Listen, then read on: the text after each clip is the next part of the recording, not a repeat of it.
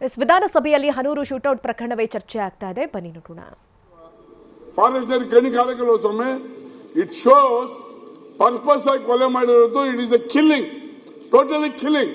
ಇದರಲ್ಲಿ ಯಾವ ನ್ಯಾಯ ನೀತಿ ಇಲ್ಲ. ಕಾನೂನು 172 ವೈಲೇಟ್ ಮಾಡಿದಂತ ಸಂದರ್ಭದಲ್ಲಿ ನಾನು ಹೇಳಕ್ ಬಯಸ್ತಾ, ಇವತ್ತು ಇದೊಂದು ತಂತ್ರಗಾರಿಕೆ, ಸರ್ಕಾರ ಒಂದು ತಂತ್ರಗಾರಿಕೆ ಅಂತ ಈ ಸಂದರ್ಭದಲ್ಲಿ ಹೇಳ್ತೀವಿ. ಅಧ್ಯಕ್ಷರೇ, ಒಂದೇ ನಿಮಿಷ ಮುಗಿಸ್ತೀವಿ. ಇವತ್ತು FIR ಅವ್ರ ಮೇಲೆ ಹಾಕಿರ್ಬೇಕಾಗಿತ್ತು, ಅರೆಸ್ಟ್. ಇವರಿಗೆ ಆ ಶಕ್ತಿ ಇದ್ರೆ, ಈ ಸರ್ಕಾರಕ್ಕೆ ಅಲ್ಲಿ ಫಾರೆಸ್ಟ್ ಶಕ್ತಿ ಇದ್ರೆ ಅವ್ರು ಹಿಡ್ಕೊಂಡ್ ಬಂದಿದ್ರೆ ನಾವು ಹೋಗ್ತಿದ್ದೋ. ಅವ್ರು ಹಿಡಿದ ಬರೀ ಶೂಟ್ ಮಾಡಿದ್ರೆ ಒಂದು ದೊಡ್ಡ ಅಚೀವ್ಮೆಂಟ್ಸ್ ಅಂದ್ರೆ what you mean of it? ಹೆಂಗೆ ಸರ್ಕಾರ ನಡೆಯೋ ರೀತಿನ ಇದು? ದಯಮಾಡಿ ಇದು ಬಹಳ ಅನ್ಯಾಯ ಆಗಿದೆ. ಮತ್ತೆ ಆ ಕುಟುಂಬಕ್ಕೆ ಯಾವುದೇ ರಾಜ್ಯದಲ್ಲಿ ಇರಲಿ, ತಮಿಳುನಾಡು ಇರಲಿ, ಕರ್ನಾಟಕ, ಕೇರಳ ಇರಲಿ, ಅವ್ರಿಗೊಂದು ಕುಟುಂಬ ಇರ್ತದೆ. ಆ ಕುಟುಂಬದವರಿಗೆ ನೀವು ಕೊಡೋ ಪರಿಹಾರ ಸರಿಯಾಗೋದಿಲ್ಲ. ಒಳ್ಳೆ ಪರಿಹಾರ ಅವ್ರಿಗೆ ಕೊಡಬೇಕು. ಇವತ್ತು ರೈತರು ಯಾಕೆ ಹೋರಾಟ ಮಾಡ್ತಾರೆ ದಯಮಾಡಿ ಅರ್ಥ ಮಾಡ್ಕೊಳ್ಳಿ ಅಧ್ಯಕ್ಷರೇ. ರೈತರು ಹೋರಾಟ ಮಾಡ್ತಾರೆ ಅಂದ್ರೆ ಕಾರ್ಗಳಿಗೆ ಹೋರಾಟ ಮಾಡಕ್ಕಿಲ್ಲ, ಶೂಟರ್ ಹೋರಾಟ ಮಾಡಕ್ಕಿಲ್ಲ. They are really farmers. ಸತ್ತಿರೋರು ರಿಯಲಿ ಫಾರ್ಮರ್ಸ್. ಅವ್ರನ್ನ ಕೊಲೆ ಮಾಡೋದಕ್ಕೋಸ್ಕರ ರೈತ ಸಂಘಟನೆ ಇವತ್ತು ಹೋರಾಟಕ್ಕೆ ಹಾಕಿದೆ. ನಾನು ಹೇಳ್ತೀನಿ, ಸರ್ಕಾರ ಇವತ್ತೇನೋ ಒಂದು ಮಾಡಿದ್ದಾರೆ ನಮ್ಮ ಪುಟ್ರಿಂಗ್ ಶೆಟ್ಟರು ಜುಡಿಷಿಯರಿ. ಈಗ ಅಲ್ಲಿನವರೆಗೆ ಆ ಅಧಿಕಾರಿ ಮೇಲೆ ಏನ್ ಕ್ರಮ ತಗೋತೀರಿ? ಶೂಟೌಟ್ ಮಾಡಿದ್ರೆ ಏನ್ ಕ್ರಮ ತಗೋತೀರಿ? ಅದನ್ನ ಹೇಳ್ಬೇಕಲ್ಲ ಸದನಕ್ಕೆ. ಸದನಕ್ಕೆ ಹೇಳಿದ್ರೆ ಹೆಂಗಾಗ್ತದೆ? ಬರೀ ಸ್ಟೇಟ್ಮೆಂಟ್ ವರ್ಕೌಟ್ ಆಗೋದಿಲ್ಲ. ನಾವು ಇಷ್ಟೆಲ್ಲ ಕೂಗಾಡಿ ಗಲಾಟೆ ಮಾಡೋ ಉದ್ದೇಶ ಆ ಕುಟುಂಬಕ್ಕೆ ನ್ಯಾಯ ಸಿಗಲಿ. ಆ ಕುಟುಂಬಕ್ಕೆ ನ್ಯಾಯ ಸಿಗಲಿ ಅನ್ನೋದು ನಮ್ಮೆಲ್ಲರ ಅನಿಸಿಕೆ. ಇಲ್ಲೇನು ರಾಜಕಾರಣ ಮಾಡೋದಿಲ್ಲ. ರಾಜಕಾರಣ ಮಾಡೋಕ್ಕೇನು ಕೊಲೆ ಮಾಡ್ಬೇಕಾ? ಅದು ನಮ್ಮ ಕ್ಷೇತ್ರವಾ? ಹನೂರು ಕ್ಷೇತ್ರಪ್ಪ, ಪುಟ್ರಿಂಗ್ ಕ್ಷೇತ್ರ ದತ್ತರಿಗೆ ಹೋಗೋದಿಲ್ಲ. ಹಾಗಾಗಿ ನಾನು ಸರ್ಕಾರಕ್ಕೆ ಒತ್ತಾಯ ಮಾಡ್ತೀನಿ, ಯಾರು ಅವ್ರಿಗೆ ಸರ್ಕಾರ ಪರ್ಮಿಷನ್ ಕೊಟ್ಟಿದ ಅಥವಾ ಅವ್ರ ಸಂಬಂಧಪಟ್ಟ DFO ಕೊಟ್ಟಿದ್ದಾರೆ, ಯಾರು ಕೊಟ್ಟಿದ್ದಾರೆ? ಇವ್ರು ಸುಮೋಟೋ ಡಿಸಿಷನ್ ತಗೊಳ್ಳೋದ್ರೆ ಲಾ ಅಂಡ್ ಆರ್ಡರ್ ಏನಾಗಿದೆ ಸ್ವಾಮಿ ಈ ರಾಜ್ಯದಲ್ಲಿ? ಏನಾಗಿದೆ? ದಯಮಾಡಿ ಸಸ್ಪೆನ್ಷನ್ ಸಭಾಧ್ಯಕ್ಷರೇ, ಮಾನ್ಯ ವಿಪಕ್ಷದ ಸಚಿವರು ಊಟ ಆದ್ಮೇಲೆ ಕೊಡ್ಬೋದಲ್ಲ? ನಿಮ್ ಉತ್ತರ ಊಟ ಆದ್ಮೇಲೆ ಕೊಟ್ಬಿಡ್ತೀನಿ ಸಭಾಧ್ಯಕ್ಷ. ಬಿಡಿ. ವಿಪಕ್ಷದ ನಾಯಕರಾದ ಅಶೋಕ್ ಅವರು, ಹಾಗೆ ಸುನಿಲ್ ಅವರು, ಅರಗ ಜ್ಞಾನೇಂದ್ರ ಅವರು, ನಮ್ಮ ಸುರೇಶ್ ಬಾಬು ಅವರು, ವಿಜೇಂದ್ರ ಅವರು, ಕೃಷ್ಣಪ್ಪ ಅವರು ಅನೇಕ ಪ್ರಶ್ನೆಗಳನ್ನ ತೆಗೆದಿದ್ದಾರೆ. ಇದು ಫಸ್ಟ್ ಹನೂರು ಹಾಸ್ಪಿಟಲ್ಗೆ ತಗೊಂಡೋಗಿದ್ದಾರೆ ಸಭಾಧ್ಯಕ್ಷರು. ಹನೂರಲ್ಲಿ ಡಾಕ್ಟರ್ ಇರಲಿಲ್ಲ. ಆಮೇಲೆ ಏನಾಗಿದೆ, ಕೊಳ್ಳೇಗಾಲ ಹಾಸ್ಪಿಟ್ಲ್ಗೆ ಹೋಗಿದ್ದಾರೆ. ಕೊಳ್ಳೇಗಾಲದಲ್ಲಿ 3 ಜನ ತೀರೋಗಿದ್ದಾರೆ ಅಂತ ಹೇಳಿದ್ದಾರೆ. ಒಬ್ಬರಿಗೆ ಗಾಯ ಆಗಿತ್ತು, ಮಹಿಮ್ ದಾಸು. ಈ ಡೆಡ್ ಬಾಡೀಸ್ನು ಕೂಡ KR ಹಾಸ್ಪಿಟಲ್ ಮೈಸೂರಿಗೆ ತಗೊಂಡೋಗ್ತಾರೆ. ಮಹಿಮ್ ದಾಸು ನಿನ್ನೆವರೆಗೂ ಅಲ್ಲೇ ಇದ್ರು. ಮಹಿಮ್ ದಾಸು ಅಲ್ಲೇ ಇದ್ದು ನಿನ್ನೆ ಡಿಸ್ಚಾರ್ಜ್ ಮಾಡ್ಕೊಂಡು ಅವರು ಹೋಗಿದ್ದಾರೆ. ಅದ್ರ ಲೊಕೇಶನ್ ಎಲ್ಲಿದಾಗಿದ್ದಾರೆ ಅಂತ ತಿಳ್ಕೊಳ್ಳೋಣ. ಯಾಕಂದ್ರೆ ಕೇಸ್ ಆಯ್ತಲ್ಲ, ಅರೆಸ್ಟ್ ಮಾಡ್ಬೋದು ಅಂತ ಅವ್ರು ಎಲ್ಲನ ಹೋಗಿರ್ಬೋದೇನೋ, ಇದೊಂದು. ಆಮೇಲೆ ಸಭಾಧ್ಯಕ್ಷರೇ, ಈಗ ವನ್ಯಜೀವಿಗಳು ಉಳಿಬೇಕು, ಅರಣ್ಯನೂ ಉಳಿಬೇಕು. ಅದಕ್ಕೆ ರಾಜ್ಯ ಸರ್ಕಾರ, ಕೇಂದ್ರ ಸರ್ಕಾರ ಸಾಕಷ್ಟು ಬಿಗಿ ಕಾನೂನುಗಳನ್ನ ತಂದಿದೆ. ಅರಣ್ಯ ಇಲ್ಲ ಅಂದ್ರೆ ಪ್ರಪಂಚನೂ ಇಲ್ಲ. ಆಮೇಲೆ ಬೆಳಿಗ್ಗೆ ಪ್ರಜಾವಾಣಿಯಲ್ಲಿ ನೋಡಿದೆ ಸಭಾಧ್ಯಕ್ಷರೇ, 16 ವರ್ಷಗಳಲ್ಲಿ 278 ಕಳ್ಳಬೇಟೆ ಪ್ರಕರಣಗಳು ಇದೇ ವಲಯದಲ್ಲೇ, ಈ ರೇಂಜಲ್ಲಿ ಆಗಿರ್ತಕ್ಕಂಥದ್ದು ಪ್ರಜಾವಾಣಿಯಲ್ಲಿ ಹಾಕಿದ್ದಾರೆ. ಅದು ಅವರೇನು ಹೇಳ್ತಾರೆ ಅಂದರೆ, ಚಾಮರಾಜನಗರ ಜಿಲ್ಲೆ ಬೆಳಕಿಗೆ ಬಂದ ಪ್ರಕರಣಗಳ 10% ಮಾತ್ರ, ಅಂದರೆ ದಿನಾಗಲೂ ನಡೀತಾನೆ ಇರುತ್ತಿಲ್ಲಿ, 10% ಮಾತ್ರ ಬೆಳಕಿಗೆ ಬರುತ್ತೆ. ಉಳಿದಿರ್ತಕ್ಕಂಥದ್ದು ಇದೆಲ್ಲ ಬೆಳಕಿಗೆ ಬಂದಿರೋದು. ಇದೆಲ್ಲ ಆಗಿರೋದು 16 ವರ್ಷಗಳಲ್ಲಿ 278 ಕಳ್ಳಬೇಟೆ ಪ್ರಕರಣ. ಆಮೇಲೆ ಕೆಲವು ಡೌಟ್ಸ್ ಹೇಳಿದ್ರು, ಕಾಲು ಹೊಡಿಬೇಕಾಗಿತ್ತು ಅಂತ. ಬೆಳಿಗ್ಗೆ 5 ಗಂಟೆ 10 ನಿಮಿಷದಲ್ಲಿ ಆಗಿರೋದು. 5 ಗಂಟೆ 10 ನಿಮಿಷ ಬೆಳಕಾಗೋದಿಲ್ಲ. ಆಮೇಲೆ ಕಾಡು, ದಟ್ಟವಾದ ಕಾಡೋದು, ಕಾಡಲ್ಲಿ ಇನ್ನೂ ಕತ್ತಲಿರುತ್ತೆ, ಗೊತ್ತಾಗೋದಿಲ್ಲ. ಅಲ್ಲ ಸರ್, ಆಗ ಅವರಿಗೆ ಜ್ಞಾನ ಬೇಕಲ್ಲ. ನಾವು ಸೊಂಟದಿಂದ ಜ್ಞಾನ ಬೇಕಲ್ಲ, ಕಾನೂನು ಸೇರಿ ನಾನು ಮಾತಾಡ್ತೀನಿ, ನೀವು ಆಮೇಲೆ ಬೇಕಾದ್ರೆ ಮಾತಾಡ್ಬೇಕ. ನೀವು ಮಾತಾಡೋವಾಗ ನಾನೇನ ಮಾತಾಡೋಣ ಅಲ್ವಾ? ಬೆಳಿಗ್ಗೆ 5 ಗಂಟೆ ಸಮಯದಲ್ಲಿ ಕತ್ಲಿರುತ್ತೆ, ಕಾಡಲ್ಲಿ ಇನ್ನೂ ಕತ್ಲಿರುತ್ತೆ. ಸಹಜವಾಗಿ ಅಲ್ಲಿ ಏನು ಕಾಲು ಗೊತ್ತಾಗಲ್ಲ, ತಲೆನೂ ಗೊತ್ತಾಗಲ್ಲ, ಮುಖನೇ ಗೊತ್ತಾಗೋದಿಲ್ಲ. ಆಮೇಲೆ ನಮ್ಮ ಸ್ಟಾಫ್ ಒಂದು 10 ಜನ ಇದ್ರು ಸಭಾಧ್ಯಕ್ಷರೇ, 2-3 2 ಟೀಮ್ ಹೋಗಿದ್ರು. 2 ಟೀಮು ಜೀಪುಗಳಲ್ಲಿ ಹೋಗಿದ್ರು. ಅವರು ಕಾಡೆಲ್ಲ ಸುತ್ತಾಡಿದ್ದಾರೆ. ಸಾಯಂಕಾಲ 8 ಗಂಟೆಯಿಂದ ಸುತ್ತಾಕಿ ಬೆಳಿಗ್ಗೆ 5 ಗಂಟೆನಲ್ಲಿ ಇನ್ಸಿಡೆಂಟ್ ಆಗಿರ್ತಕ್ಕಂಥದ್ದು. ಮತ್ತೆ 3 ರೌಂಡ್ಸು ಶೂಟ್ ಮಾಡಿದ್ದಾರೆ. ಅದ್ಯಾವುದೋ ಸ್ಲೈಡ್ ಆಕ್ಷನ್ ಗನ್ ಅಂತ ಇದು. ಈ ಪೆಲೆಟ್ಸ್ ಇರುತ್ತೆ, ಅದು ನೇರವಾಗಿ ಒಂದೇ ಇದು ಆಗೋದಿಲ್ಲ. ಈ ಪೆಲೆಟ್ಸ್ ಹೊಡೆದ್ರೆ ಏನಾಗುತ್ತೆ, ಮೈಯೆಲ್ಲ ಹರಡ್ಕೊಳ್ಳುತ್ತೆ, ಮೈಯೆಲ್ಲ ಅದು ಏಟ್ ಬೀಳುತ್ತೆ. ಆ ಪೆಲೆಟ್ಸ್ ಅಲ್ಲಿ ಏನಾಗುತ್ತೆ 3, 4, 5 ಕಡೆನೂ ಒಬ್ಬೊಬ್ಬರಿಗೆ ಗಾಯಗಳಾಗ್ಬೋದು. ಆ ರೀತಿ ಆ ಸ್ಲೈಡ್ ಆಕ್ಷನ್ ಗನ್ನಲ್ಲಿ ಶೂಟ್ ಮಾಡೋದ್ರಿಂದ 3 ರೌಂಡು ಅದು ದೇಹದಲ್ಲಿ ಎಲ್ಲ ಭಾಗದಲ್ಲೂ ಕೂಡ ಹೋಗಿರುತ್ತೆ. ಮತ್ತೆ ಒಂದೇ ರೌಂಡ್ಗೆ ಬೇಕಾದ್ರೆ 3 ಜನ ಬೇಕಾದ್ರೆ ಹೋಗ್ಬಿಡ್ಬೋದು ಇದರಲ್ಲಿ. ಮತ್ತೆ ಸಭಾಧ್ಯಕ್ಷರೇ, ಸುನೀಲ್ ಅವರು ಇನ್ನೊಂದು ಕೇಳಿದ್ರು, ಇದು ಅವರ ಶ್ರೀಮತಿಯವರು ಇದು ಜೋಳ ಕಾಯಲು ಹೋಗಿದ್ರು ಅಂತ. ಇದು ಆಗಿರ್ತಕ್ಕಂಥದ್ದು 5 ಕಿಲೋಮೀಟರ್ ಒಳಗಡೆ ದಟ್ಟ ಅರಣ್ಯದ ಒಳಗಡೆ ಆಗಿರ್ತಕ್ಕಂಥದ್ದು. ಅದು ಅವ್ರ ಜಾಗನೂ ಅಲ್ಲ, ಇದು ಅರಣ್ಯ ಪ್ರದೇಶ. ಇದು ಅರಣ್ಯ ಪ್ರದೇಶದ ಒಳಗೆ ಆಗಿರ್ತಕ್ಕಂಥದ್ದು. 5ರಿಂದ 8 ಕಿಲೋಮೀಟರ್ ಒಳಗಡೆ ಅವರೆಲ್ಲ ಸುತ್ತಾಡಿದ್ದಾರೆ ಸಭಾಧ್ಯಕ್ಷರೇ. ಆಮೇಲೆ ಇವರು ಈಗ ಸುರೇಶ್ ಅವರು, ವಿಜೇಂದ್ರ ಅವರು, ಕೃಷ್ಣಪ್ಪನವರು ಕೂಡ ಅನೇಕ ಪ್ರಶ್ನೆಗಳೆಲ್ಲ ಹೇಳಿದ್ದಾರೆ ಆಮೇಲೆ FIR ಆಗಿದೆ, 2 ಕಡೆ ಮಾಡಿದ್ದಾರೆ ಸಭಾಧ್ಯಕ್ಷರೇ. ಅವರು ನಮ್ಮ ಮೇಲೆ ಕೊಲೆ ಕೇಸು ಅಂತ ನಮ್ಮ ಇಲಾಖೆಯವ್ರ ಮೇಲೆ ಕೊಲೆ ಕೇಸು ಅವರು ರಿಜಿಸ್ಟರ್ ಮಾಡಿದ್ದಾರೆ. ನಮ್ಮವರು ಕೂಡ ನಮ್ಮ ಫಾರೆಸ್ಟ್ ಆಕ್ಟ್ ಪ್ರಕಾರ ನಾವು ಕೂಡ ಕೇಸು ನಾವು ಬುಕ್ ಮಾಡಿದ್ವಿ ಸಭಾಧ್ಯಕ್ಷರೇ. ಆಮೇಲೆ 34 kg ಎಲ್ಲ ಶೂಟ್ ಮಾಡ್ತಾರೆ. ಮಾಡಿ ಹೊಡೆದಾದ್ಮೇಲೆ ಬರೀ ಮಾಂಸ ತರ್ತಾರೆ, ಜಿಂಕೆ ತರೋದಿಲ್ಲ ಅವರು. ಮಾಂಸ ಬ್ಯಾಗ್ಗಳಲ್ಲಿ ಹಾಕೊಂಡ್ ಬರ್ತಾರೆ. ಅಲ್ಲಿನ ಪದ್ಧತಿ ಏನಂದ್ರೆ 4 ಜನ ಹೋದ್ರೆ 4 ಭಾಗ ಮಾಡ್ಕೊಳ್ತಾರೆ. ಒಂದು ಗನ್ಗಂತೂ 1 ಭಾಗ ಕೊಡ್ತಾರಂತೆ. ಗನ್ ಇರುತ್ತಲ್ಲ, ಗನ್ ಯಾರ್ದಿರುತ್ತೋ ಅವ್ರಿಗೆ 1 ಭಾಗ ಕೊಡ್ತಾರಂತೆ. 6 ಜನ ಹೋದ್ರೆ 6 ಭಾಗ ಮಾಡ್ಕೊಳ್ತಾರಂತೆ. 6 ಭಾಗ ಮಾಡ್ಕೊಂಡು ಜಿಂಕೆ ಇದೆಲ್ಲ ಹೊಡೆದಾಗ ಒಂದು ಗನ್ಗಂತ ಒಂದು 7 ಭಾಗ ಮಾಡ್ಕೊಳ್ತಾರೆ. ಈ ರೀತಿ. ಆಮೇಲೆ 34 kg ಇತ್ತು. ಚರ್ಮ ಸುಲ್ದೇನು ಬಿಸಾಕಿರ್ತಾರೆ ಅಲ್ಲೋ. ಈಗ ತನಿಖೆ ಮಾಡಿದಾಗ ಗೊತ್ತಾಗುತ್ತೆ. ನಮ್ಮ ಅರಣ್ಯ ಇಲಾಖೆಗಳು ಮತ್ತೆ ಈಗ ಪೊಲೀಸ್ ಇಲಾಖೆಯವರು ಈಗ ನಾವು ತನಿಖೆ ಕೊಟ್ಟಿದ್ದೀವಿ ಮ್ಯಾಜಿಸ್ಟ್ರೇಟ್ಗೆ. ನಾನು ಅವತ್ತು ಕೋಲಾರಲ್ಲಿದ್ದೆ. ಇದ್ದಂಥ ಸಂದರ್ಭದಲ್ಲಿ ನಾವು ಚೀಫ್ ಮಿನಿಸ್ಟರ್ ಮ್ಯಾಜಿಸ್ಟ್ರೇಟ್ ತನಿಖೆ ಮಾಡಿ ಅಂತ ಆದೇಶ ಕೊಟ್ಟಿದ್ರು. ತನಿಖೆ ಆಗ್ತಾ ಇದೆ ಸಭಾಧ್ಯಕ್ಷರೇ. ನಾನು ಮೊನ್ನೆ ಬಹಳ ಸ್ಪಷ್ಟವಾಗಿ ಎಲ್ಲ ಮಾಧ್ಯಮದ ಮುಂದೆ ಹೇಳಿದ್ದೀನಿ, ಉದ್ದೇಶಪೂರ್ವಕವಾಗಿ ನಮ್ಮ ಅಧಿಕಾರಿಗಳು ಏನಾದರೂ ಮಾಡಿದರೆ ಅವ್ರ ಮೇಲೆ ಆಕ್ಷನ್ ತಗೊಳ್ತೀನಿ ಅಂತ ನಾನು ಹೇಳಿದ್ದೀನಿ ಸಭಾಧ್ಯಕ್ಷರೇ. ತನಿಖೆ ಆಗಲಿ, ಅವ್ರು ತಪ್ಪು ಮಾಡಿದರೆ ನಾನು ಆಕ್ಷನ್ ತಗೊಳ್ತೀನಿ ಅಂತ ಹೇಳಿದ್ದೀನಿ. ಸದನಕ್ಕೂ ಅದನ್ನೇ ಹೇಳ್ತೀನಿ ಸಭಾಧ್ಯಕ್ಷರೇ. ಅದೇ ಆಮೇಲೆ ನಮ್ಮ ಸ್ಟಾಫ್ ಹೇಳಿದಂದ್ರೆ ಅವರ ಹತ್ರ ಅವರು ಶೂಟ್ ಮಾಡಿದಾಗ ನಾವು ವಿಧಿ ಇರಲಿಲ್ಲ, ಕತ್ಲಿತ್ತು, ನಾವು ಶೂಟ್ ಮಾಡಿದ್ವಿ, ಅವರು ತೀರೋಗಿದ್ದಾರೆ. ನಮ್ಮ ಸೆಲ್ಫ್ ಇದಕ್ಕೆ ನಾವು ಮಾಡಿದ್ದೀವಿ ಅಂತ ಇವ್ರ ಸ್ಟೇಟ್ಮೆಂಟು. ಇವ್ರದ್ದು ಹೇಳ್ತಿರ್ತಕ್ಕಂಥದ್ದು, ಅವ್ರ ಪರವಾಗಿರ್ತಕ್ಕಂಥವ್ರು ಹೇಳ್ತಾ ಇರ್ತಕ್ಕಂಥದ್ದು ಸತ್ಯ ತನಿಖೆ ಆದ್ಮೇಲೆ ಗೊತ್ತಾಗುತ್ತೆ. ನಮ್ಮವರೇನಾದರೂ ತಪ್ಪು ಮಾಡಿದ್ರೆ ನಾನು ಖಂಡಿತ ಅವ್ರ ಮೇಲೆ ಆಕ್ಷನ್ ತಗೊಳ್ತೀನಿ. ಮತ್ತೆ ಪರಿಹಾರ ಬಗ್ಗೆ ಹೇಳಿದ್ರು ಸನ್ಮಾನ್ಯ ಅಧ್ಯಕ್ಷರ, ಈಗ ಮಂತ್ರಿಗಳು ಅವರ ಇಲಾಖೆಯನ್ನ ಏನೇನು ಸಮರ್ಥನೆ ಮಾಡ್ಕೋಬೇಕೋ ಅದು ಕೊಟ್ಟಿದ್ದಾರೆ. ಅವರು ಪದೇ ಮತ್ತೆ ಅದನ್ನೇ ತಪ್ಪುಗಳನ್ನ ಮಾಡ್ತಾ ಇದ್ದಾರೆ. ಮತ್ತೆ ಅದೇ ತಪ್ಪುಗಳನ್ನ. ನಾನು ಹೇಳಿದೆ, ಅಲ್ಲಿ ಮೆಡಿಕಲ್ ಕಾಲೇಜ್ ಇದೆ ಚಾಮರಾಜನಗರದಲ್ಲಿ, ಮೆಡಿಕಲ್ ಕಾಲೇಜ್ ಇದೆ. ಅವ್ರು ಹೇಳಿದ್ರು ನಾವು ಕರ್ಕೊಂಡು ಹೋಗಿದ್ರೆ ಆಸ್ಪತ್ರೆಯಲ್ಲಿ ಡಾಕ್ಟರ್ ಇರ್ಲಿಲ್ಲ. ಮೆಡಿಕಲ್ ಕಾಲೇಜಲ್ಲಿ ಡಾಕ್ಟರ್ ಇಲ್ಲ ಅಂತಂದ್ರೆ ಏನ್ ಬರಗೆಟ್ಟು ಹೋಗ್ಬಿಟ್ಟೈತಾ? ಹನೂರಲ್ಲಿ ಮೆಡಿಕಲ್ ಕಾಲೇಜ್ ಇಲ್ಲ, ಇನ್ನೆಲ್ಲಿ? ಹನೂರ್ ತಾಲೂಕಿದ್ದು ಚಾಮರಾಜನಗರದಲ್ಲಿ ಇದೆಯಲ್ಲ, ಆ ಜಿಲ್ಲೆಯಲ್ಲಿ ಇದೆಯಲ್ಲ. ಕೊಳ್ಳೇಗಾಲಕ್ಕೆ ಹೋಗಿದ್ದಾರೆ. ಅಲ್ಲಲ್ಲ, ಕೊಳ್ಳೇಗಾಲದಲ್ಲಿ 3 ಜನ ಸತ್ತೋಗಿದ್ದಾರೆ ಅಂತ ಹೇಳಿದ್ದಾರೆ. ಆಮೇಲೆ KR ಪೇಟೆ ಇದಕ್ಕೆ ಹಾಸ್ಪಿಟಲ್. ನೀವು ಒಂಥರ ಸೆಟ್ ಮಾಡ್ಕೊಂಡಂಗಿದ್ದೀರ. ಎಲ್ಲ ಸೆಟ್ ಮಾಡ್ಬಿಟ್ಟು ದೂರ ತಗೊಂಡೋದ್ರೆ ಪ್ರೊಟೆಸ್ಟ್ ಮಾಡೋರಿಗೆಲ್ಲ ಸ್ವಲ್ಪ ದೂರ ತಗೊಂಡೋದ್ರೆ ಒಳ್ಳೇದಾಗ್ತೈತೆ ಅಂತ ಮಾಡಿ ಸೆಟ್ ಮಾಡವ್ರೆ ಅಧ್ಯಕ್ಷ. ಅವ್ರ ಜಿಲ್ಲೆಯಲ್ಲೇ ಮೆಡಿಕಲ್ ಕಾಲೇಜ್ ಇದೆ, ಜಿಲ್ಲೆಯಲ್ಲೇ ಮೆಡಿಕಲ್ ಇದೆ, ಅಲ್ಲೆಲ್ಲ ಡಾಕ್ಟರ್ಗಳಿದ್ದಾರೆ, ಎಲ್ಲ ಇದ್ದಾರೆ. ಆಗ್ಲಿ, ಅದನ್ನೇ ನಾನು ಹೇಳೋದು. ಮತ್ತೆ ಪರಮೇಶ್ವರ್ ಇದ್ದಾರೆ ಅಧ್ಯಕ್ಷರೇ.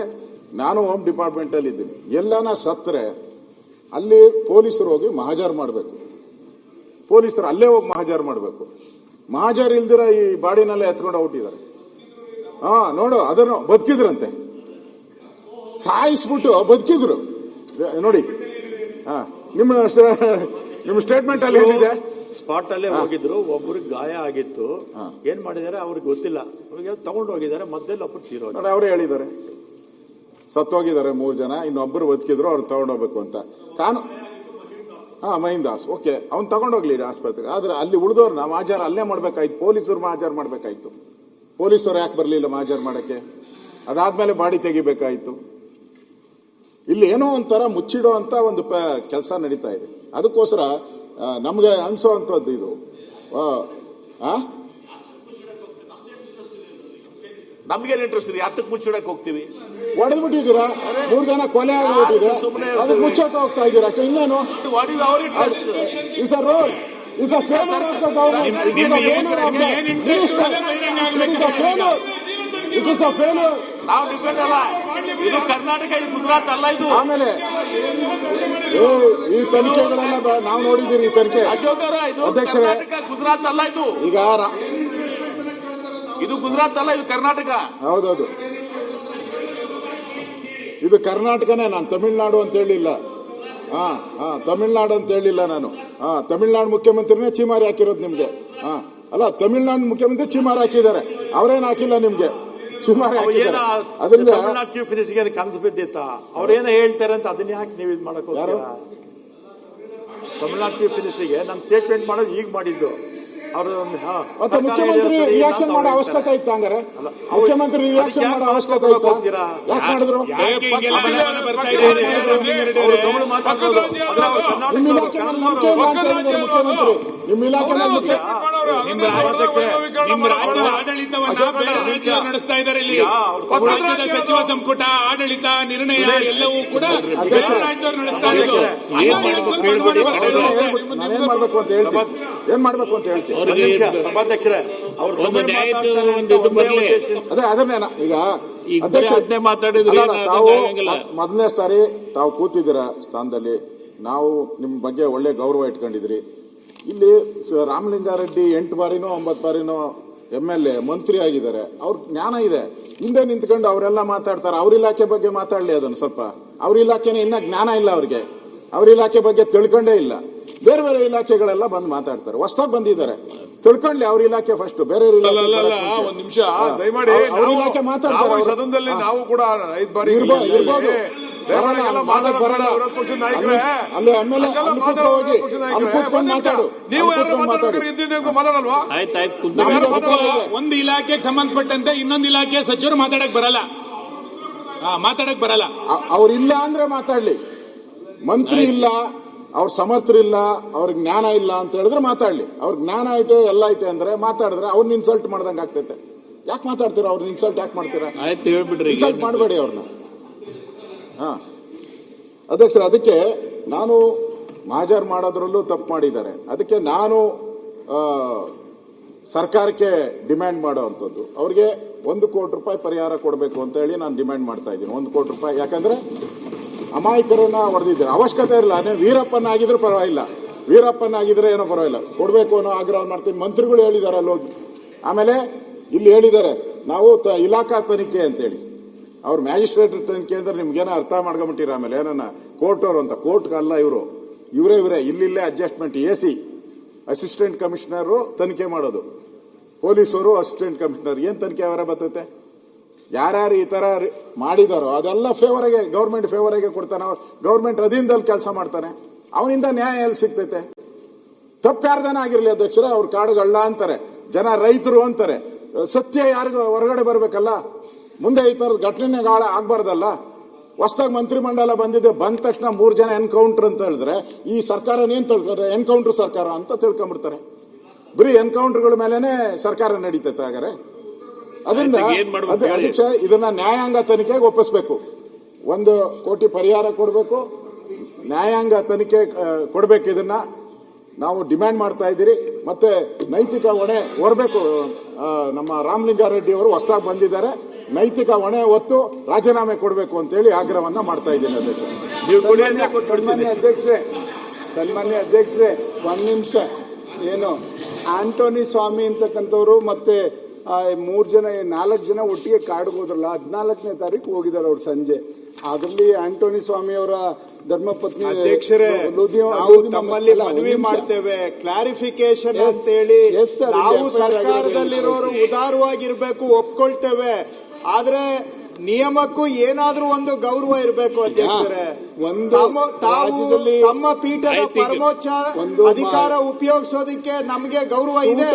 ಆದ್ರೆ ತಮ್ಮ ಅಧಿಕಾರವನ್ನ ದುರುಪಯೋಗ ಆಗಬಾರ್ದು ಅಧ್ಯಕ್ಷರೇ. ಚರ್ಚೆ ಇಲ್ಲ ಶೂಟ್ ಔಟ್ ಪ್ರಕರಣ ನೀವೆಲ್ಲ clarification ಕೇಳಿರಿ. ಸರ್ಕಾರ ಮಂತ್ರಿಗಳು ಉತ್ತರ ಕೊಟ್ಟು ಬಿಡಿ.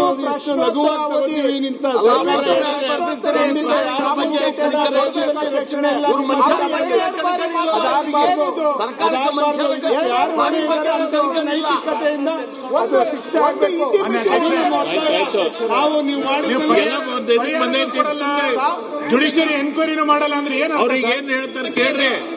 ಮತ್ತೆ ನೀವು ಪರಿಹಾರನ ಕೇಳಿಲ್ಲ. ಚೂರಿಗೆ ಗುಂಡಿಕ್ಕದವ್ರು ನೀವು ಗೊತ್ತಿದೆ. ರೈತರಿಗೆ ನೇರವಾಗಿ ಗುಂಡಿಕ್ಕದವರು ಸಸಿ ಏನು ಬಿತ್ತನೆ ಬೀಜ ಗೊಬ್ಬರ ಕೇಳಿದವರಿಗೆ ಗುಂಡಿಕ್ಕದವ್ರು ನೀವು. ನಮ್ಗೆ ಪಾಠ ಹೇಳಲಿಕ್ಕೆ ಬರಬೇಡಿ. ಸನ್ಮಾನ್ಯ ಅಧ್ಯಕ್ಷೆ, ಗೊಬ್ಬರ ಗುಂಡಿಕ್ಕಿ ನೇರವಾಗಿ ಗುಂಡಿಕ್ಕಿ ಸಾಯಿಸಿದಿರಿ. ನೀತಿ ಬೋಧನೆ ಮಾಡಬೇಡಿ. ಇವರು 4 ಜನ ಕಾಡಿಗೆ ಹೋಗ್ತಾರೆ ಅಧ್ಯಕ್ಷೆ. 4 ಜನ ಕಾಡಿಗೆ ಹೋದ್ರಲ್ಲಿ ಇವರು 14ನೇ ತಾರೀಕು ಸಂಜೆ ಹೋಗೋದು. ಅವರು ಯಾರು ಆಂಟೋನಿ ಸ್ವಾಮಿ ಹೆಂಡತಿ ಏನಂತ ಕಂಪ್ಲೇಂಟ್ ಕೊಟ್ಟಿಲ್ಲ. ಲೂಧಿಯವ್ರು ಏನ್ ಈಗ ಚರ್ಚೆ ಆಗೈತಲ್ರಿ? ಇಲ್ಲ ಅದೇನಾಗಿದೆ, 14ನೇ ತಾರೀಕು ಸಂಜೆ ಹೋದವರು ರಾತ್ರಿ ಆದ್ರೂ ಕೂಡ ಅವ್ರ ಹಸುಗಳು 2 ಹಸುಗಳು ತಪ್ಪಿಸ್ಕೊಂಡಿತ್ತು. ಹಾಗಾಗಿ ನಮ್ಮ ಯಜಮಾನರುಗಳು ಹುಡುಕೊಂಡ್ ಬರಕ್ ಹೋಗಿದ್ರು. ಅಲ್ಲಿ ಸಿಗದೇ ಇದ್ದಿದ್ರಿಂದ ರಾತ್ರಿ 2 ಗಂಟೆಗೆ ನಾವು ಅಲ್ಲಿ ಒಂದು ಬಂಡೆ ಮೇಲೆ ಮಲಗಿದ್ವಿ 4 ಜನನು. ಮಾಡಿದಾಗ ಏಕಾಏಕಿ ಬಂದು ಫಾರೆಸ್ಟ್ನವರು ಇದು ಶೂಟ್ ಔಟ್ ಮಾಡಿ 3 ಜನ ಸತ್ರು ಅಂತ. ರಾತ್ರಿ 2 ಗಂಟೆಗೆ ಅವನು ಯಾರು ಮಹಿಮಾ ದಾಸ್ ಅವರು ಫೋನ್ ಮಾಡಿ ಅವ್ರ ಹೆಂಡತಿಗೆ ತಿಳಿಸ್ತಾರೆ. ಮಹಿಮಾ ದಾಸ್ ಒಬ್ಬ ಉಳ್ಕೊಂಡು ಓಡ್ ಬರ್ತಾನೆ. ಓಡ್ ಬಂದಾಗ ಹಂಗಂತ ಫೋನ್ ಮಾಡಿ ಅವ್ರ ಮನೆಯವ್ರಿಗೆ ತಿಳಿಸಿದಾಗ ಇವರೆಲ್ಲ 5 ಗಂಟೆಗೆ ಹೋಗಿ ನೋಡಿದಾಗ 3 ಜನ ತೀರೋಗಿರ್ತಕ್ಕಂಥದ್ದು ಗೊತ್ತಾಗ್ತದೆ. 4 ಕಿಲೋಮೀಟರ್ ಆಚೆ, ಅವ್ರ ಊರಿಂದ ಆಚೆ. ಅದರಿಂದ ತನಿಖೆಯ ದಿಕ್ಸೂಚಿಯನ್ನ ನಿಗದಿ ಮಾಡುವಂತ ಮಾತುಗಳು ಈ ಸದನದಲ್ಲಿ ನಮ್ಮ comment should not prejudice an enquiry process. Please I appeal to you and to the members. ದಯಮಾಡಿ ತನಿಖೆ ಆಗಬೇಕು, ಜೊತೆಗೆ ಅವ್ರಿಗೆ ಪರಿಹಾರನೂ ಆಗಬೇಕು, ಮಕ್ಕಳಿಗೆ ಒಳ್ಳೆ ಉದ್ಯೋಗನೂ ಸಿಗ್ಬೇಕು ಅಂತ ಒತ್ತಾಯ ಮಾಡಿ. ಸುರೇಶ್ ಬಾಬು ಅವರು ಏನೋ ಅವರು ಫೋನ್ ಮಾಡಿ ಹೇಳ್ತಾರೆ ಕಾಡಲ್ಲಿ ಹಸು ಹೋಗ್ಬಿಟ್ಟಿತ್ತು ಅಂತ. ಅಡಿಗೆ ಸಾಮಾನು ತಗೊಂಡು ಹೋಗ್ತಾರ? ಯಾರಾದ್ರು ಅಡಿಗೆ ಸಾಮಾನು ತಗೊಂಡು ಹೋಗ್ತಾರ? ಹಸು ಸತ್ತು ಹೋಗ್ಬಿಟ್ರೆ 1 ನಿಮಿಷ ಇರಿ. ಹಸು ಕಳೆದು ಹೋಗ್ಬಿಟ್ರೆ ಕಾಡು ಒಳಗಡೆ 1 ನಿಮಿಷ ಕೂತ್ಕೊಳ್ಳಿ. ಕಾಡು ಒಳಗಡೆ ವ್ಯಕ್ತ ಆಗಿದೆ. ಏನು ಅಡಿಗೆ ಸಾಮಾನು ತಗೊಂಡು ಹೋಗ್ತಾರೆ ಅಡಿಗೆ ಮಾಡೋದಕ್ಕೆ? ಸಭಾಧ್ಯಕ್ಷರೇ, ಈಗ ನೋಡಿ, ಅವ್ರ ಹತ್ರ ಆಗ್ಲೇ ಬಹಳ ಡೀಟೇಲ್ ಆಗಿ ಹೇಳಿದೀನಿ. ಅವ್ರ ಹತ್ರ ಎಷ್ಟೆಷ್ಟು ಬುಲೆಟ್ಸ್ ಇತ್ತು, ಚಾಕುಗಳಿತ್ತು, ಮಚ್ಚುಗಳಿತ್ತು, ಅವ್ರು ಏನೇನು ಸಾಮಾನು ತಗೊಂಡೋಗಿದ್ದಾರೆ ಅಂತ ಅದರಲ್ಲಿ ಎಲ್ಲ ಇದೆ ನೋಡಿ. ಎನ್ಕ್ವೈರಿ ಆಗಲಿ, ಮ್ಯಾಜಿಸ್ಟ್ರೇಟ್ ಎನ್ಕ್ವೈರಿ ಆಗಲಿ. ಸಭಾಧ್ಯಕ್ಷರೇ, ನಮ್ಮ ಅಧಿಕಾರಿಗಳು ಏನು ತಪ್ಪು ಮಾಡಿದರೆ ಖಂಡಿತ ನಾನು ಆಕ್ಷನ್ ತಗೊಳ್ತೀನಿ. ಆಮೇಲೆ ಅವ್ರು ತಪ್ಪಿತಸ್ಥರು ಅಲ್ಲ ಅಂತ ಹೇಳಿದ್ರೆ ಪರಿಹಾರ ಕೊಡೋದಕ್ಕೆ ಮುಖ್ಯಮಂತ್ರಿ ಮಾತಾಡ್ತೀನಿ. ಅವ್ರು ಬೇಟೆಗಾರರಾಗಿದ್ರೆ, ಅವ್ರು ಬೇಟೆ ಮಾಡಕ್ಕೆ ಹೋಗಿದ್ರೆ ಏನ್ ಮಾಡ್ಬೇಕು ಸಭಾಧ್ಯಕ್ಷರೇ? ಅವ್ರು ಮಂಜುನಾಥ್ JDS ಸಭಾಧ್ಯಕ್ಷರೇ, ತನಿಖೆ ಆಗಲಿ ಸಭಾಧ್ಯಕ್ಷರೇ. ಆಯ್ತು. ನಮ್ಮ ಅಧಿಕಾರಿಗಳು ತಪ್ಪು ಮಾಡಿದ್ರೆ ಖಂಡಿತ ತಗೊಳ್ತೀನಿ. ಅಕಸ್ಮಾತ್ ಬೇಟೆಗಾರರೇ ಅವ್ರ ಬೇಟೆಗೆ ಹೋಗಿದ್ರೆ ಅವ್ರ ಮೇಲೆ ಕ್ರಮ ತಗೊಳ್ತೀವಿ ಕಾನೂನು ಪ್ರಕಾರ. ಅಲ್ಲ, ನ್ಯಾಯಾಂಗ ತನಿಖೆ ಏನಾಯ್ತು? ನ್ಯಾಯಾಂಗ ತನಿಖೆ ಮಾಡ್ಬೇಕಲ್ಲ ನೀವು. ನಾವು ಜುಡಿಷಿಯಲ್ ನೀವು AC ಗ್ರೇಡ್ ಅಲ್ಲಿ ಮಾಡಿದ್ರೆ ಏನ್ ಬರ್ತದೆ ಅದರಲ್ಲಿ? ಯಾವಾಗ? ಅಲ್ಲ, ಮಂತ್ರಿಗಳ ನೀವು ಇದ್ದೀರಿ ಸರ್. ನ್ಯಾಯಾಂಗ ತನಿಖೆ ಕೊಡ್ಲಿ, ನ್ಯಾಯಾಂಗ ತನಿಖೆ ಕೊಡಿ, ಸಭಾಧ್ಯಕ್ಷರ ಪರಿಹಾರ ಕೊಡಿ. ಈಗ ಮ್ಯಾಜಿಸ್ಟ್ರೇಟ್ ತನಿಖೆ ಆಗ್ತಾ ಇದೆ, ಆಗ ಸಮಾಧಾನ ಇಲ್ಲೋ ಆಮೇಲೆ ಮುಖ್ಯಮಂತ್ರಿಗಳ ಹತ್ರ ಚರ್ಚೆ ಮಾಡಿ ಮುಖ್ಯಮಂತ್ರಿಗಳ ಮುಖ್ಯಮಂತ್ರಿ ಉತ್ತರ ಕೊಡ್ಲಿ. ಬಂದಿಂದ ಹೇಳ್ತಾರ ಹೇಳಿಕೆ ಕೊಡಿಸೋಣ ಅವ್ರ ಕಡೆಯಿಂದ. ಬರ್ಲಿ ಸಭಾಧ್ಯಕ್ಷರೇ, ಬರ್ಲಿ ಅವ್ರು ಮಂತ್ರಿ ಮುಖ್ಯಮಂತ್ರಿಗಳು. ಸಭಾಧ್ಯಕ್ಷರೇ, ಅರ್ಧ ಗಂಟೆ ಮುಂಚೆ ಮುಂದೆ ಹಾಕಿ, ಆಮೇಲೆ CM ಅವರು ಬಂದು ಉತ್ತರ ಕೊಡ್ಲಿ. ಒಂದು ಅರ್ಧ ಗಂಟೆ 2-3 ದಿವಸದಲ್ಲಿ ತನಿಖಾ ವರದಿ ಬರುತ್ತೆ. ಸೆಷನ್ ಇನ್ನೂ 2 ವಾರ ಇದೆ ಮಾತಾಡೋದಕ್ಕೆ. ಮತ್ತೆ 2-3 ದಿನದಲ್ಲಿ ಅರ್ಧ ಗಂಟೆ ಮುಂದೆ ಕ್ವಶನ್ ಅವರ್ ಆಗ್ಲಿ ಸಭಾಧ್ಯಕ್ಷರೇ. ಮಾನ್ಯ ಅಧ್ಯಕ್ಷ, ಕ್ವಶನ್ ಅವರ್ ಆಗ್ಲಿ. ಸುಮ್ಮನೆ ಇದರ ಕ್ವಶನ್ ಅವರ್ ಎಲ್ಲ MLAಗಳು ಇದು ಇಲ್ಲಾಂದ್ರೆ ನೋಡಿ, ನೀವು ತಾಳೆ ಒಂದೇ ನಿಮಿಷ. ರಾಮಲಿಂಗಾರೆಡ್ಡಿ ಅವರು ಏನ್ ಹೇಳ್ತಾ ಇದ್ದಾರೆ? ಮುಖ್ಯಮಂತ್ರಿಗಳು ಬಂದು ನ್ಯಾಯಾಂಗ ತನಿಖೆ ಕೊಡ್ತಾರೆ ಅಂತ ಹೇಳ್ತಾ ಇದ್ದಾರೆ. ಕೊಡ್ತಾರೆ ಅಂತ ಹೇಳಿಲ್ಲ, ಚರ್ಚೆ ಮಾಡ್ತೀನಿ ಅಂತ ಹೇಳಿದ್ದಾರೆ. ಕೇಳಿ ಅಲ್ಲಿ ಮುಖ್ಯಮಂತ್ರಿ ಹೇಳಿ, ಚರ್ಚೆ ಮಾಡ್ತೀನಿ ಅಂತ ಹೇಳಿದ್ದಾರೆ. ಹಾಗಾದ್ರೆ ನಾಳೆ ಚರ್ಚೆ ತಗೊಂತೀರಾ? ನಾನೇ ಉತ್ತರ ಕೊಟ್ಟಿದ್ದೀನಲ್ಲ, ನಾಳೆ ಮತ್ತೆ ಚರ್ಚೆ ತಗೊಂತೀರಾ? ಮತ್ತೆ ನಾಳೆ ಚರ್ಚೆಗೆ ತಗೊಂತೀರಾ? ಯಾವುದು ಮತ್ತೆ ಇದು ವಿಚಾರ ನಾಳೆ ಚರ್ಚೆ ತನಿಖೆ ಆಗೋವರೆಗೆ ಚರ್ಚೆ ಆಯ್ತು ಇದಷ್ಟೇ. ಬರ್ತಾರೆ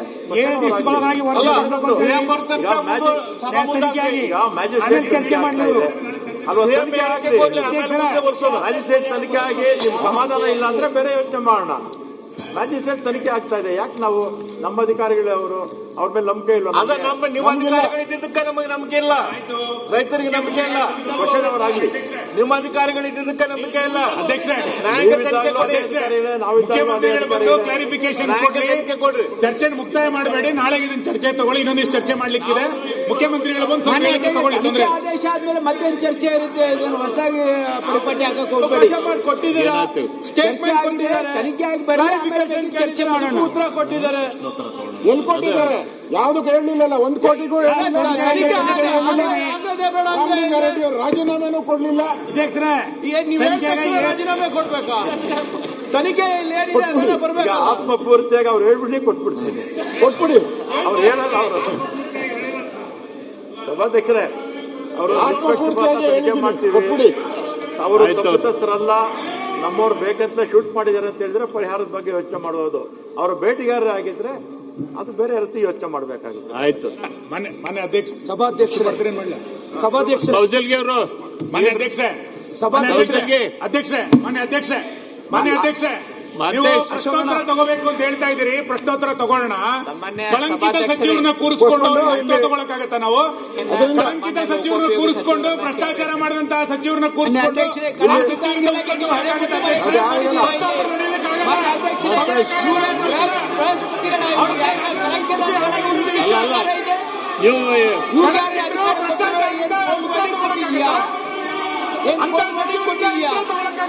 ನೋಟಿಸ್ ಕೊಡ್ತೀರಾ? ಇದಕ್ಕೆ ನಿಯಮ ಏನಿಲ್ಲ ಇಲ್ವಾ? ಅಂತ ಸಚಿವರನ್ನ ಇಟ್ಕೊಂಡು ಭ್ರಷ್ಟಾಚಾರ ನಡೆಸಿದ್ರೆ ಹೆಂಗ್ ನಡೆಯಕ್ಕಾಗತ್ತೆ? ಈ ತರ ಸದನ ಹೆಂಗ್ ನಡೆಸಬೇಕಾಗುತ್ತೆ? ನೀವು ಹೇಳ್ರಿ ವಿರೋಧ ಪಕ್ಷರೇ, ಭ್ರಷ್ಟಾಚಾರ ಸರ್ಕಾರದ ಉತ್ತರ ಪ್ರಕಾರ ನಮಗೆ ಬಂದಿಲ್ಲ. ಅಂತ ಉತ್ತರ ಪ್ರಮೇಯ ನಮಗೆ ಬಂದಿಲ್ಲ. ತಗೊಳ್ಳಿ ರಾಜೀನಾಮೆ ಫಸ್ಟ್ ಅವ್ರದ್ದು. ನಿಮ್ಗೆ ನೋಟಿಸ್ ಕೊಡಿ, ಚರ್ಚೆ ಮಾಡ್ಬೇಕಾದ್ರೆ. ಅಧ್ಯಕ್ಷರೇ, ಈಗ ನೋಡಿ, ನಾವು ಈಗಾಗಲೇ ಒಂದು ನಿಮಿಷ ಕೂತ್ಕೊಳ್ಳಪ್ಪ ಅಧ್ಯಕ್ಷರೇ. ಅವಕಾಶ ಕೊಟ್ಟಿಲ್ಲ ಈಗ. ಇಲ್ಲ ನೋಡಿ, ನಾವು ಈ ಮಂತ್ರಿಯನ್ನ ರಾಜೀನಾಮೆಯನ್ನ ಇದೇ ಸದನದಲ್ಲಿ ಸಿದ್ದರಾಮಯ್ಯನವರು ತಗೊಂಡಿದ್ದಾರೆ. ಇದೇ ಸದನದಲ್ಲಿ ಸಿದ್ದರಾಮಯ್ಯನವರು ಮಂತ್ರಿ ರಾಜೀನಾಮೆ ಹಣ 187 ಕೋಟಿ ಲೂಟಿ ಆಗಿರೋದು ಈ ಸದನದಲ್ಲಿ ಒಪ್ಪಿಗೆ ಆಗಿದೆ. ಅದಾದ್ಮೇಲೆ ರಾಜೀನಾಮೆ ಕೊಟ್ಟರು, ಒಪ್ಕೊಂಡಿದ್ದಾರೆ. ಈಗ ಮತ್ತೆ ಅವ್ರನ್ನ ನೀವು ಮಂತ್ರಿ ಮಾಡಿದ್ರೆ ಈ ಸದನಕ್ಕೆ ಏನ್ ಗೌರವ ಬರ್ತದೆ? ಅವ್ರನ್ನ ತೆಗೆದಿದ್ದು ಯಾಕೆ, ಸೇರ್ಸ್ಕೊಂಡಿದ್ದು ಯಾಕೆ ಅಂತ ಹೇಳ್ಬೇಕಲ್ಲ ಸದನಕ್ಕೆ. ಸರ್ಕಾರಕ್ಕೆ ಪ್ರಜಾಪ್ರಭುತ್ವದ ಮೇಲೆ ಗೌರವ ಇದೆಯಾ? 187 ಕೋಟಿ ಲೂಟಿ ಆಗಿರೋದು ನಿಜ. 187 ಕೋಟಿ ಲೂಟಿ ಆಗಿರೋದು ನೈತಿಕ ಹೊಣೆ ತನಿಖೆ ರಾಜೀನಾಮೆ ಹೆಂಗ್ ಕೇಳುತ್ತಾರೆ ನಾವು? ಈ ಸದನ ಇಲ್ಲ, ನಾವು ಯಾವುದೇ ಕಾರಣಕ್ಕೂ ಸದನವನ್ನು ಏಕೆ ಬಿಡಲ್ಲ. ಪ್ರಜಾಪ್ರಭುತ್ವ